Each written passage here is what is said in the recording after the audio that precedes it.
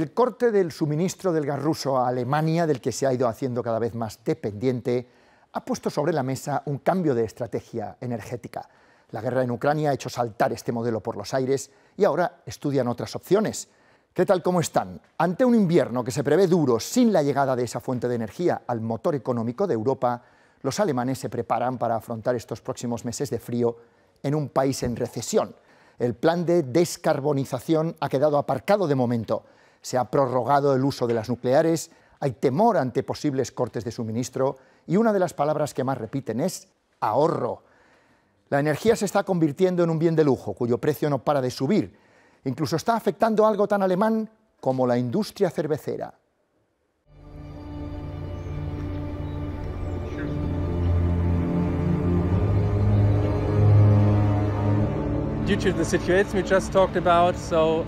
Ante la posibilidad de quedarnos sin gas, tuvimos la idea de continuar operando la central de carbón.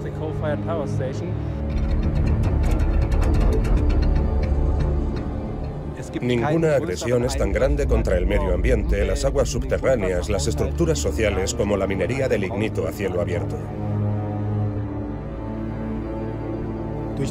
Con la guerra de agresión de Rusia, ahora nos vemos obligados a sustituir rápidamente las importaciones de gas.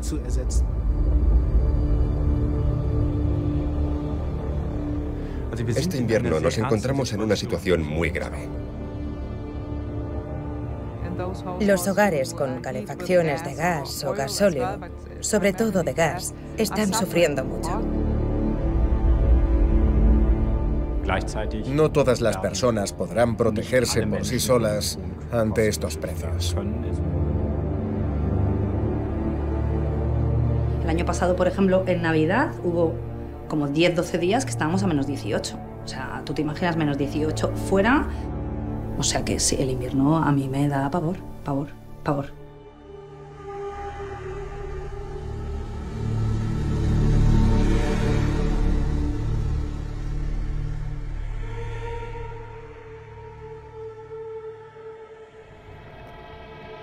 El color verde que alfombra el campo alemán termina abruptamente en un balcón frente a un océano brumoso y marrón.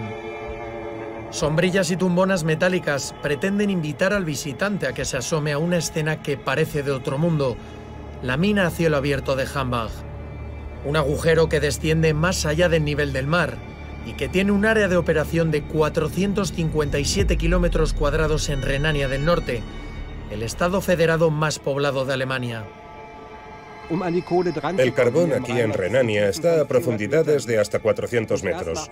Para llegar hasta él hay que devastar todo: los bosques, los asentamientos humanos, los terrenos agrícolas y la superficie de cultivo. Las excavadoras más grandes del planeta trabajan sin descanso. Máquinas con la altura de un edificio de 35 pisos y 13.000 toneladas de peso que buscan lignito. Un tipo de carbón poco eficiente pero muy abundante en Alemania, que el país explota desde hace más de un siglo.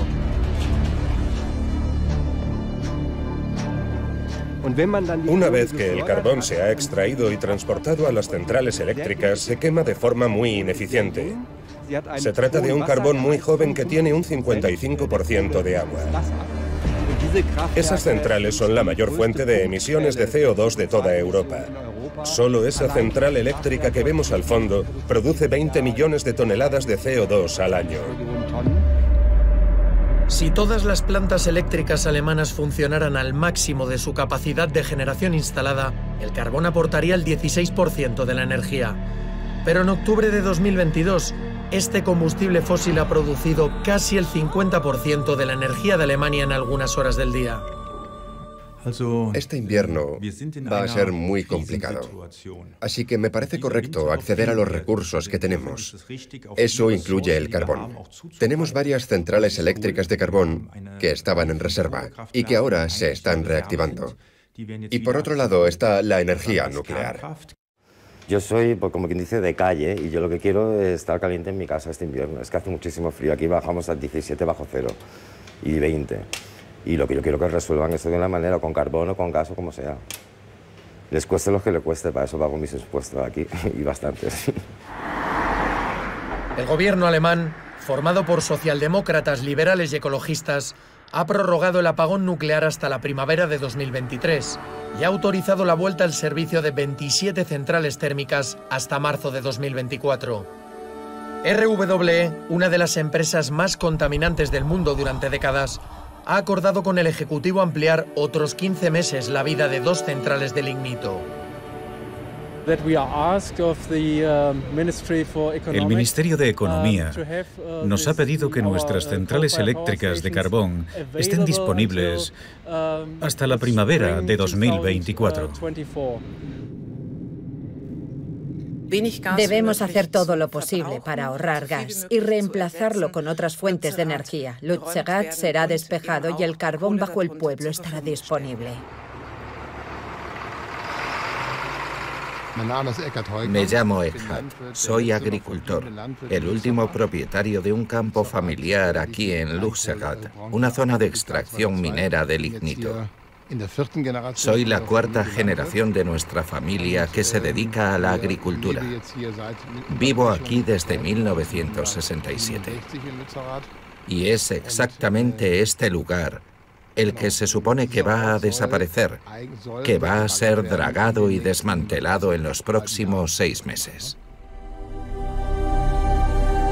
Desde 1950, más de un centenar de pueblos han sido destruidos y cerca de 40.000 personas han sido desplazadas solo en Renania del Norte para abrir y ampliar minas de lignito, según datos de la mayor organización ecologista de Alemania, Bund. Uno solo puede defenderse en los tribunales contra una expropiación forzosa y ya es muy tarde. Cuando la decisión judicial es favorable al demandante es demasiado tarde, porque para entonces ya hay un enorme y profundo agujero. En otras palabras, nuestra tierra ya habrá desaparecido cuando se haga justicia. Ese es el dilema al que se enfrenta Eckhard Heukamp en Lutzerat. Mi abogada me dijo claramente que no tenía ningún sentido recurrir al constitucional alemán porque sería inútil. RWE me ofrece nuevas tierras, tierras de cultivo. El problema es que donde trabaja RWE se agota el agua subterránea. Bombean el agua subterránea para que las máquinas de extracción no se hundan. El agua se extrae desde los 550 metros de profundidad. Cada año se extraen 500 millones de metros cúbicos de valiosa agua subterránea. Se saca y se vierte.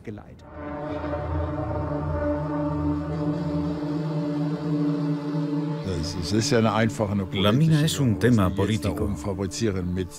Ellos sabrán si quieren seguir trabajando con energía atómica, con el carbón de las minas. Yo pienso que es un sinsentido cerrar estas fuentes de energía mientras aparece una alternativa. La casa de Lothar en Nuevo Mannheim, levantada con las compensaciones de la empresa minera, señala dónde está el viejo pueblo, sentenciado, pero aún en pie. Allí, a 4 kilómetros, la maquinaria toma posiciones cerca de la iglesia, tapiada y con las agujas de su campanario detenidas en el tiempo. Fue el gobierno federal y el gobierno estatal de Westfalia los que han dicho que Hambach, esta mina de carbón a cielo abierto, seguirá funcionando. Nosotros tuvimos que elegir entre 5 posibles nuevas ubicaciones. Se ha impuesto esta necesidad de convertir a Alemania en neutral en cuanto a emisiones de dióxido de carbono, y no estamos preparados. Dependemos exclusivamente de Rusia. Todos estamos pagando esa factura y el clima también está pagando esa factura. Hay un extraño debate sobre el renacimiento de las centrales nucleares. Las centrales eléctricas de lignito y hulla funcionan a pleno rendimiento. Todo lo que creíamos superado se reactiva. Es una situación muy difícil para nosotros como ecologistas, que esperamos que todo sea desmantelado. Estaremos muy pendientes.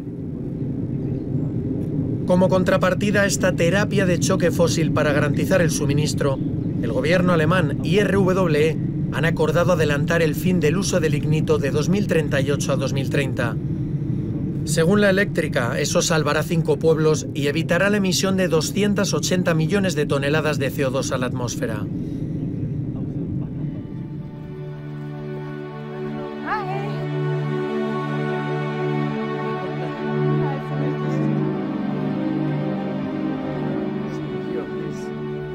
Esto es leña barata para mi chimenea.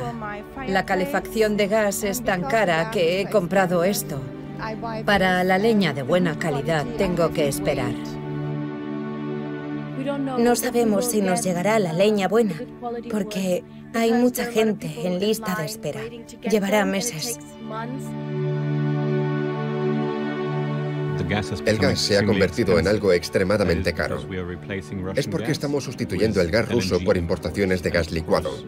Y por supuesto, no está claro que haya suficiente gas disponible durante todo el invierno. Solo estamos produciendo con gas si es rentable a corto plazo. Y quiero decir, a menudo somos en cierto modo la última Coca-Cola en el desierto. Así que la gente tiene que pagar el precio que sea para que nosotros podamos pagar el gas.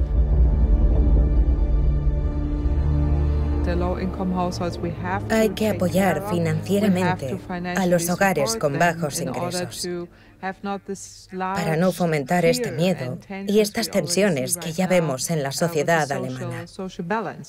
Hay que tener cuidado con eso.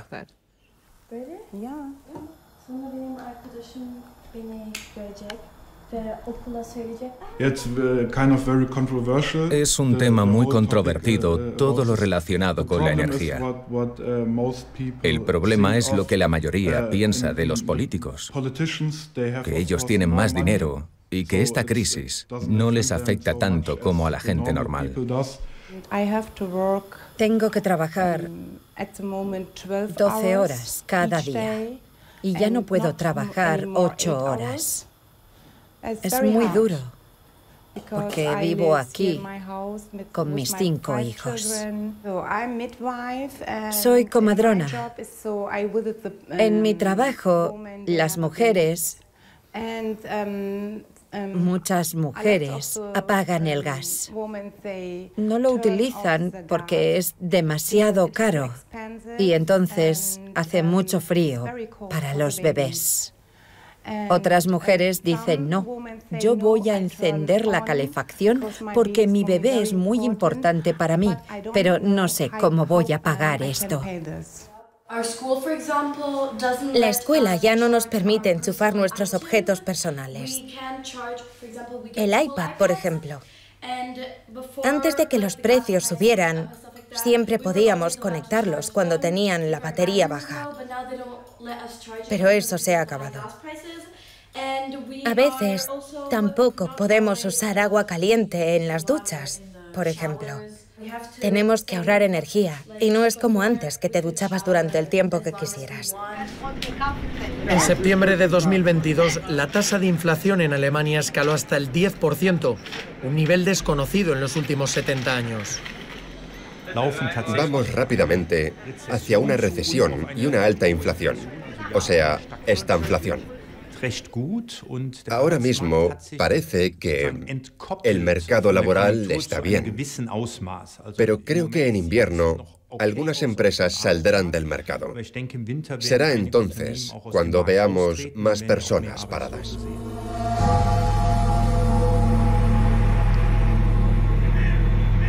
Es como una olla a presión ahora mismo. Se ve como a la gente como muy descontenta, empiezan... Los alemanes normalmente no se suelen quejar en público, pero últimamente ya se empieza a oír a la gente hablar, hacer comentarios, es decir, yo creo que la gente está empezando a cansarse de esta situación, porque Alemania es un país que es un motor económico y en los últimos años pues todo iba muy bien y ahora las cosas están... Sí, como que se ven de repente protagonistas de una cosa que siempre ha sido de los otros, ¿no? Era como, bueno, pero esto no pasa en Alemania. Oye, una cosa... Silvia y Marta se dedican al marketing en la empresa alemana Idealo. Llevan una década viviendo en Berlín. Cuando tienen que teletrabajar, alternan sus respectivas casas para ahorrar gastos. Por una parte, hacernos compañía y por otro lado, pues podemos cubrir gastos, porque unos días viene Silvia a mi casa, otros días puedo ir yo a su casa. Con la nueva subida del gas y de la electricidad, estoy pagando entre las dos cosas 210 euros. Entonces yo he pasado de pagar 80 entre las dos cosas a pagar luego 110, 115, a pagar 210. Y eso para una persona sola es un gasto un poco inasumible, en realidad, porque yo no cobro 200 euros más al mes, netos, ¿sabes? El año pasado, por ejemplo, en Navidad hubo como 10, 12 días que estábamos a menos 18. O sea, tú te imaginas menos 18 fuera, tu casa, una casa antigua, Mi casa tiene 4 metros. El techo está a 4 metros del suelo. O sea, calentar eso es heavy.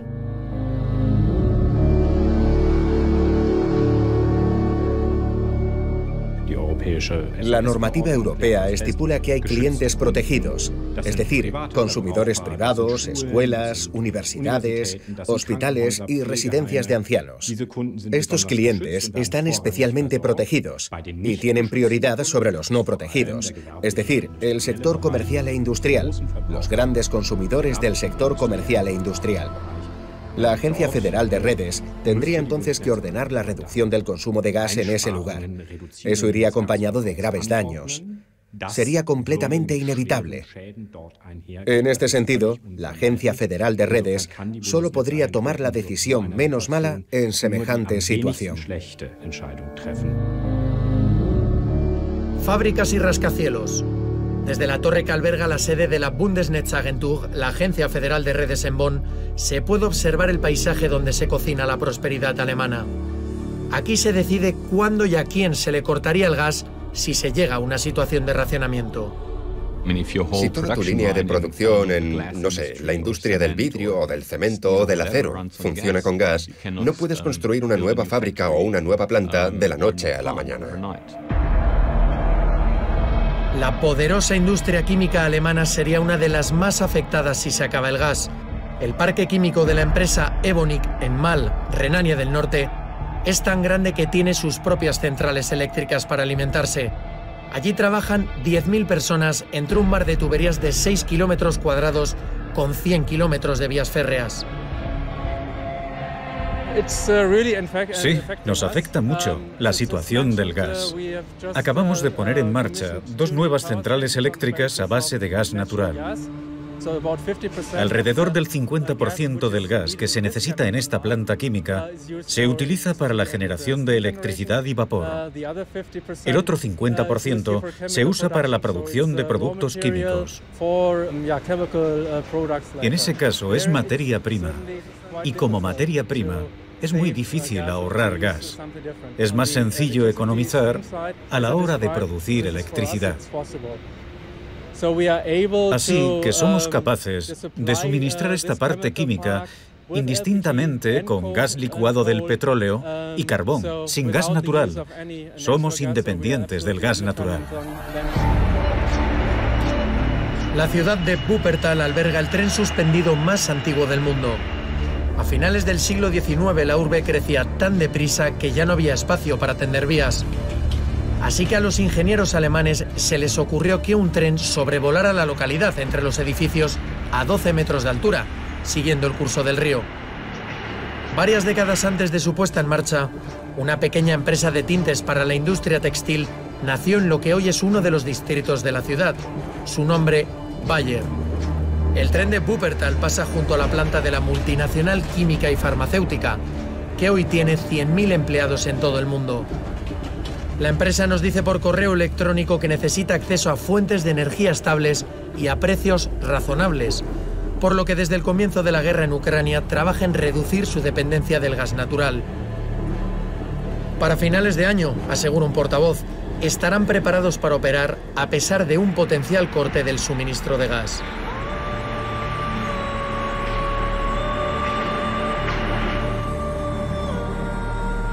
La factoría de Volkswagen en Wolfsburgo tiene 60.000 empleados, la mitad de la población de la ciudad. El fabricante de automóviles ha detenido sus planes para convertir su central de carbón en una planta de gas.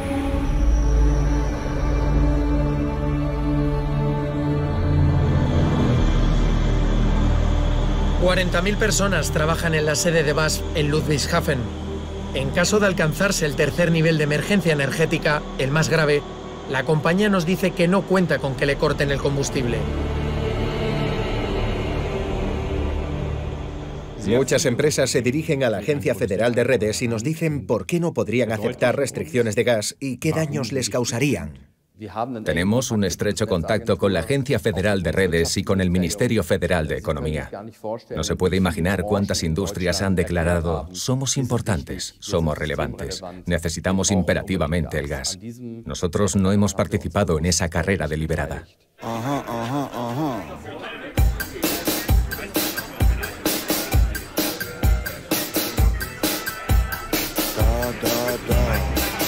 Los cerveceros alemanes venden anualmente cerca de 90 millones de hectolitros. Es el primer mercado de Europa, del que depende 1 millón de empleos. Nuestra asociación representa a 1.500 fábricas de cerveza en Alemania.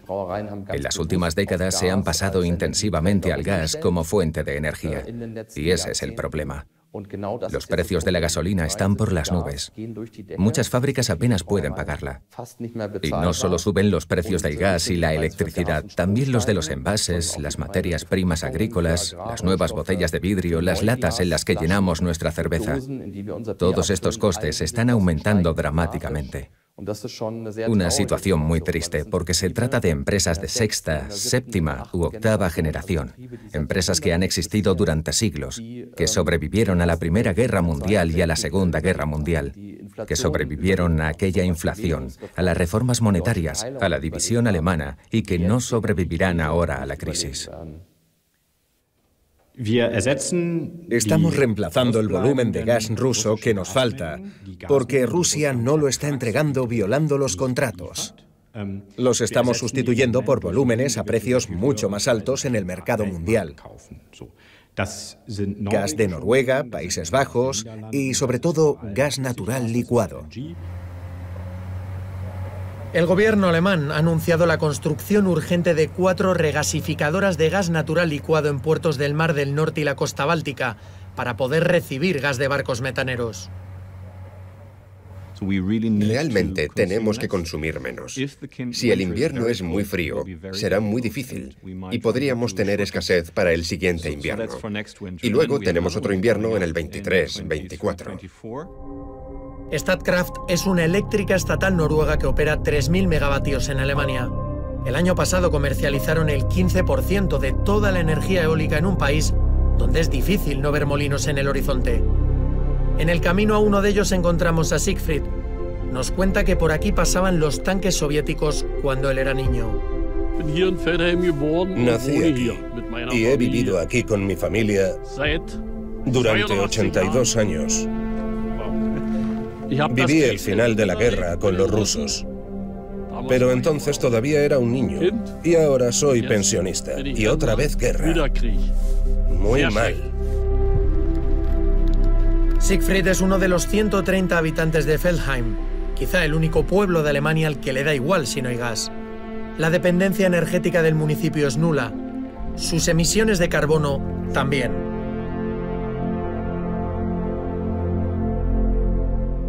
Hay una granja de lechones que necesitan mucho calor para crecer, que el suelo esté caliente. En la época de la RDA era complicado porque se hacía todo con carbón, lignito, con alfombras térmicas.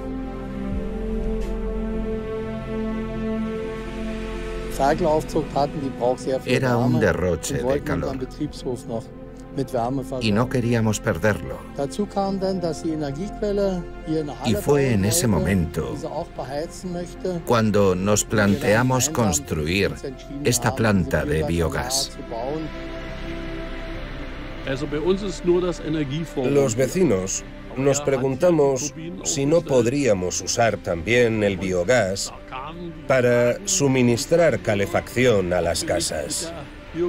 Se hizo un proyecto y ahora estamos conectados al parque eólico para tener luz en casa y a la planta de biogás para la calefacción. ¿Podría extenderse este ejemplo por el país? El biogás en particular se puede potenciar con las plantas que ya existen. Podría aumentar su producción en un 20% de forma inmediata. A través del carbón podemos asegurar el suministro de energía eléctrica a corto plazo, pero tenemos que asegurarnos de que la prolongación del carbón no ralentice el desarrollo de las fuentes de energía renovable. Por desgracia, las redes eléctricas no están desarrolladas en Alemania para que en cualquier momento o situación se pueda absorber la energía eléctrica producida. Siempre se tiene que perder una cantidad. En 2021 se desperdiciaron 5,8 teravatios horas simplemente porque no se pudieron introducir en la red eléctrica. No había capacidad de absorción. Es decir, Alemania tiró a la basura electricidad procedente de fuentes renovables equivalente al consumo de 2 millones de hogares durante un año. Cuando nosotros estudiábamos, tenemos que la temperatura de confort son 21 grados. Y entonces es algo que se puede mantener todo el año. El tema es que pues todo el año el exterior no es igual. Y es que en invierno la calefacción tú ibas y la gente estaba en pantalones cortos. Sí. Elena y Alejandro fundaron un estudio de arquitectura en Berlín hace 5 años. Realmente Alemania construye bien. Los Altbaus, que son edificios antiguos, son construcciones bastante sólidas. Cierto, y luego bueno, están los que llaman Neubau, más en concreto los Plattenbau, que son edificios pues, construidos en el último siglo, vamos a decir de alguna manera, bueno, 60, 70. Sobre todo de los 60, 70, que esos son quizá los que más problemas tienen. La mayoría de nuestros clientes de repente como que tienen un especial interés en todo el tema energético, cosa que antes igual no... Nosotros siempre... no se planteaban tanto, pero claro, nosotros les intentábamos empujar a ello y ahora de repente son ellos los que te preguntan. Ahora lo que nos está pasando este año, aparte bueno, de que el tipo de interés ha subido un montón por la inflación, es que nos resulta también muy difícil establecer los precios de la construcción. Nosotros siempre, al final, como de cada fase en cada proyecto, bueno, como cualquier estudio de arquitectura, haces tu previsión, ¿no? Haces tu estimación de costes, ver qué proyecto siempre está pues, en los rangos que se han establecido en un principio. Y claro, pues eso para nosotros ahora es muy difícil, porque el precio de la madera ha subido un 300%, el precio del acero, bueno, el acero es que hay escasez de acero. Sí. En la madrugada del 26 de septiembre de 2022 comenzaron a registrarse explosiones submarinas en los gasoductos Nord Stream 1 y 2, que provocaron varias fugas en aguas internacionales dentro de las zonas económicas de Suecia y Dinamarca. En ese momento hacía semanas que Rusia había cortado el flujo de gas por el Nord Stream 1. El Nord Stream 2 nunca llegó a entrar en funcionamiento porque el canciller Olaf Scholz había suspendido su certificación. Lo hizo cuando el Kremlin reconoció como independientes los territorios ucranianos de Donetsk y Lugansk en febrero de 2022. 3 días después, Rusia invadió Ucrania.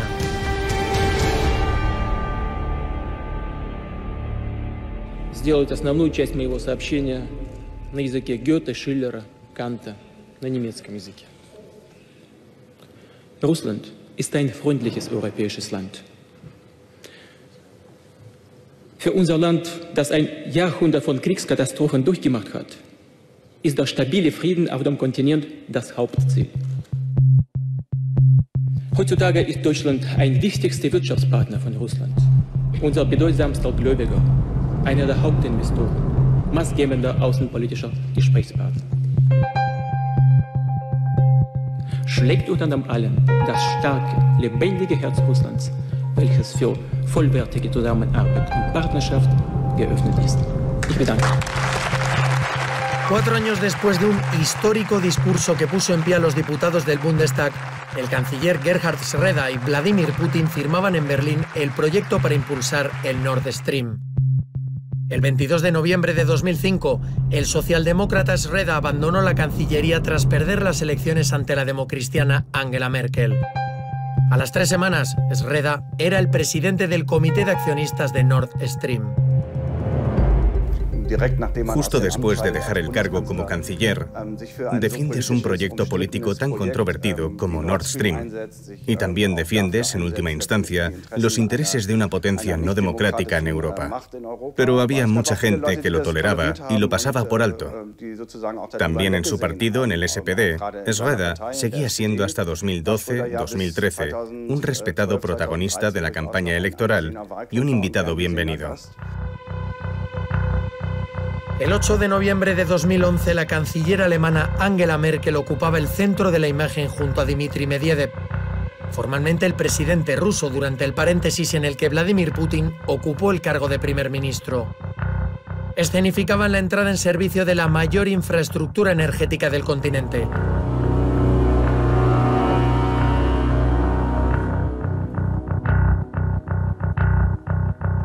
1.224 kilómetros de tuberías sobre el fondo del mar Báltico para bombear 55.000 millones de metros cúbicos de gas al año, directamente de la costa rusa a la alemana, puenteando Ucrania y Polonia, países por donde pasaba el suministro hasta entonces.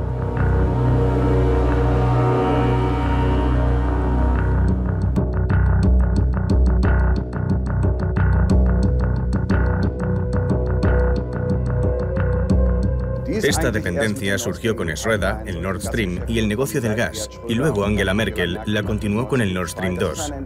Existe un sentimiento de culpa de Alemania hacia la Unión Soviética, y esta culpa siempre ha sido instrumentalizada políticamente. Esta deuda, si es que la hay, también debería haberla hacia Ucrania. En Ucrania, la Segunda Guerra Mundial fue mucho peor que en Rusia. Todo esto se utiliza para justificar la política actual, la política energética. Quieren darle un revestimiento moral, pero en realidad se trata de una política de intereses, como el gas barato para la industria alemana. La causa no la encontramos en la Segunda Guerra Mundial. Nord Stream es un consorcio de 5 empresas. La gasística estatal rusa Gazprom, propietaria del 51%, las alemanas E.ON y Wintershall, la neerlandesa Gasunie y la francesa Engie. Por eso estaban también en la foto François Fillon y Mark Rutte, primeros ministros de Francia y Países Bajos. En segundo plano aparecía el consejero delegado de Nord Stream, Matthias Warnisch, antiguo agente de la Stasi. Durante sus años en el Servicio de Inteligencia de Alemania del Este, trabaría amistad con un agente de la KGB destinado en Dresde entre 1985 y 1990, Vladimir Putin.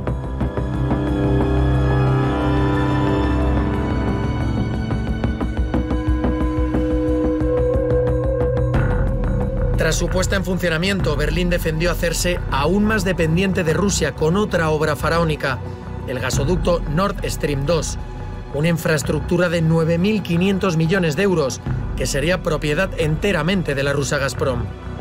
5 empresas europeas, entre ellas la primera gasística alemana, Uniper, firmaron acuerdos para financiar el proyecto en 2017.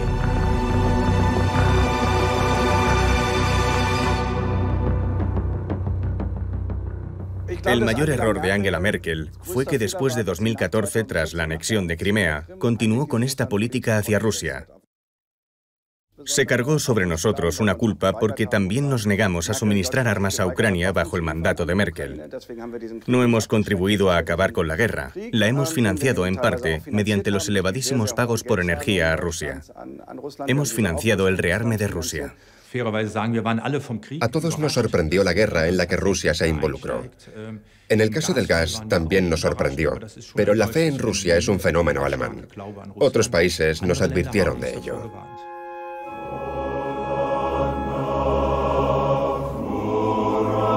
Majestuoso y fuera de lugar, un antiguo submarino soviético está fondeado en un pequeño puerto alemán. Se trata de un U-461 clase Juliet con capacidad nuclear, una reliquia de la Guerra Fría que ha acabado sus días en un remoto rincón de la costa donde hace décadas cambiaron para siempre las guerras modernas. Durante la Segunda Guerra Mundial, el ejército nazi usó esta región para experimentar con sus armas más avanzadas. El director del programa era Werner von Braun, padre de la cohetería moderna con la que Estados Unidos llegaría a la Luna, y padre también de los misiles V2 con los que la Wehrmacht bombardeó Londres o Amberes. Este museo de tecnología histórica es una ventana al mundo anterior, a lo que los alemanes llamaron Ostpolitik. La Ostpolitik fue, en primer lugar, el intento histórico de reconciliación con Europa del Este, con Polonia y la Unión Soviética. Se incluyó también de una forma muy enérgica este componente comercial, sobre todo con el primer negocio de gas con la Unión Soviética. Se pensó además que si había un compromiso mutuo y la situación se estabilizaba en Europa a través de ese comercio, eso también contribuiría a la distensión política y así la Guerra Fría no sería tan dramática. En los años 70 todavía se era muy cauteloso y sabíamos que esto no debería ser más del 20% de nuestra energía. Los americanos eran escépticos. Ya en los años 70 estaban en contra de esos acuerdos con la Unión Soviética y después especialmente contra el Nord Stream. La oposición en este caso ha sido mucho mayor también en Europa y especialmente en Europa del Este, Polonia, los Bálticos y Ucrania.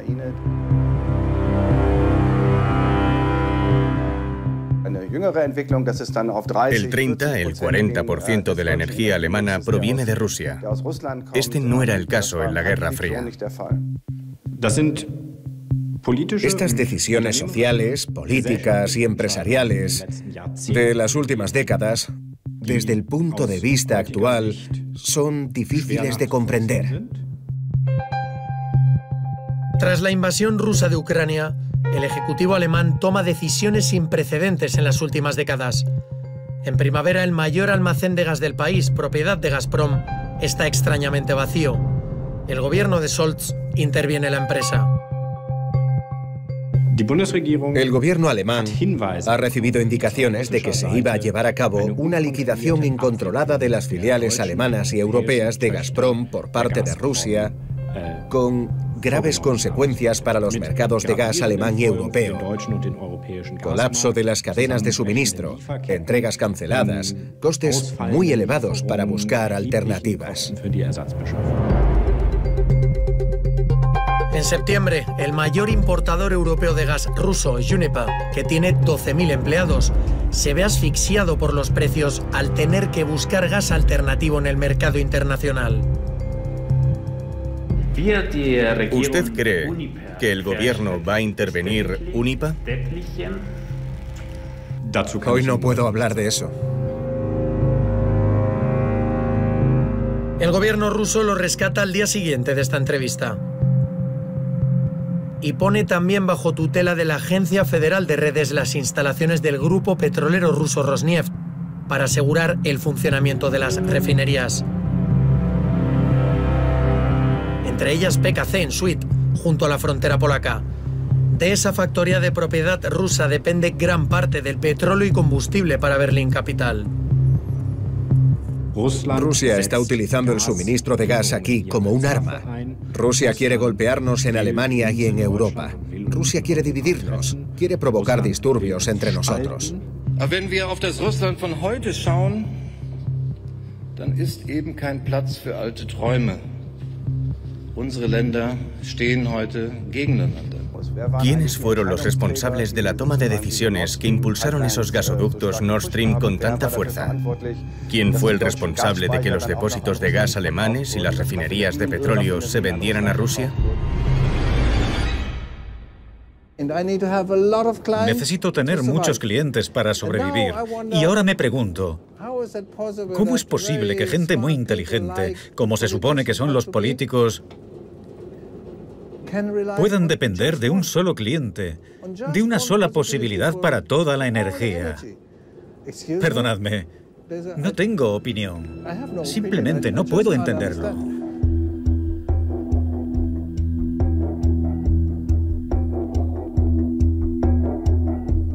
Jens avista la reserva natural de Lanken desde su viejo barco turístico.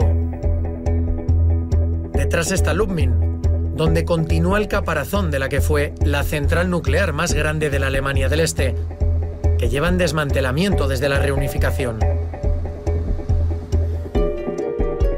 Muy cerca, un camino desolado conduce hasta una playa donde un cartel impide el paso. Detrás, los árboles rodean la zona donde los tubos del Nord Stream llegan a suelo alemán. Son pilares de una política energética que el gobierno federal quiere dejar atrás. El ayuntamiento de Lubmin lo ve de otra forma. En un comunicado en su página web, revela que 1/3 de todos los ingresos por impuesto de sociedades del municipio proceden del Nord Stream. Asegura que Alemania sigue necesitando el gas del Kremlin y condena lo que considera una injerencia de Estados Unidos en decisiones que corresponden a Berlín.